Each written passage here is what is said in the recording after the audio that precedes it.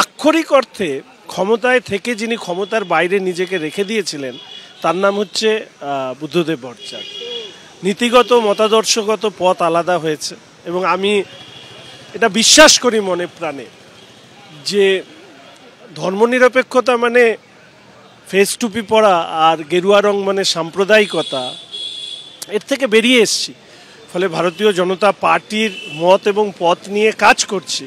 কিন্তু ব্যক্তি বুদ্ধদেব ভট্টাচার্যের তার অনেকগুলো বৈশিষ্ট্য, অনাড়ম্বর জীবন বলেন, তার সাংস্কৃতিক বিশেষ করে গান কবিতা লেখা পশ্চিমবঙ্গের দেখতে দেখতে মনে হচ্ছিল না যে লোকটা এই দলটা করে, একসময় এই দলেরও আমি নেতা ছিলাম, তারপর এই দলটা ছেড়ে দিয়েছি।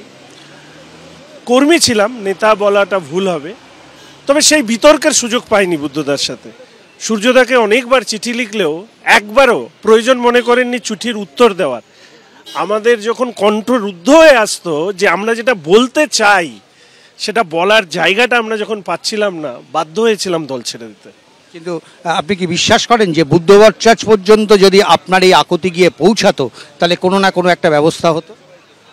বিশ্বাসের থেকেও বড় বিষয়, তখন সেই পরিস্থিতি ছিল না। আমি যখন আমার সাথে যখন দলের এই সমস্যা হচ্ছে, তিনি তখন অনেকটা অসুস্থ হয়ে গিয়েছিলেন।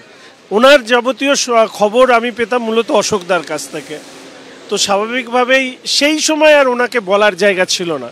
কিন্তু তার আগে এখনও মনে পড়ে উনি বারবার চাইতেন যে শঙ্কর তুমি শিলিগুড়িতে কেন থাকছো, কলকাতায় এসে রাজনীতি করো। কেননা আমাদের ছোটোর থেকে আমাদের পার্টির হোল টাইমার হবো এরকম একটা আশা বা এরকম একটা মনোভাব আমাদের পার্টিতে থাকে।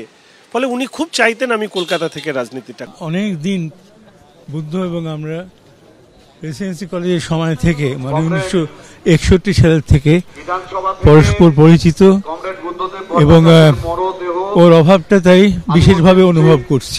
রাজ্য দপ্তরে আসছেন, আমরা শেষ প্রশ্ন করব, আমাদের সঙ্গে সহযোগিতা করছেন এত অপেক্ষা এখনো অনেক কমরেড প্রত্যক্ষ রাজনীতির সঙ্গে যারা ভেতরে আছেন, মানে ব্যক্তিরা তাদের কাছে আমাদের অনুরোধ, আমি মনে করি একটা অবশ্যই তাই। প্রথমে এই 13 বছরে মানুষ বুঝতে পেরেছেন যে বাংলার মানুষ কি ভুল করেছেন ওনার সাথে, তারই ফল। এবং এইটা কিছু না, আর খানিকক্ষণ বাদে রাস্তা দেখা যাবে না। মানুষ এই 13 বছর মধ্যে বুঝতে পেরেছেন ওনার সাথে কি ভুল হয়েছে, কি অন্যায় হয়েছে।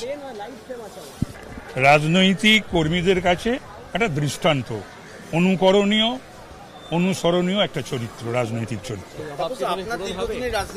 কঠিন কঠিন।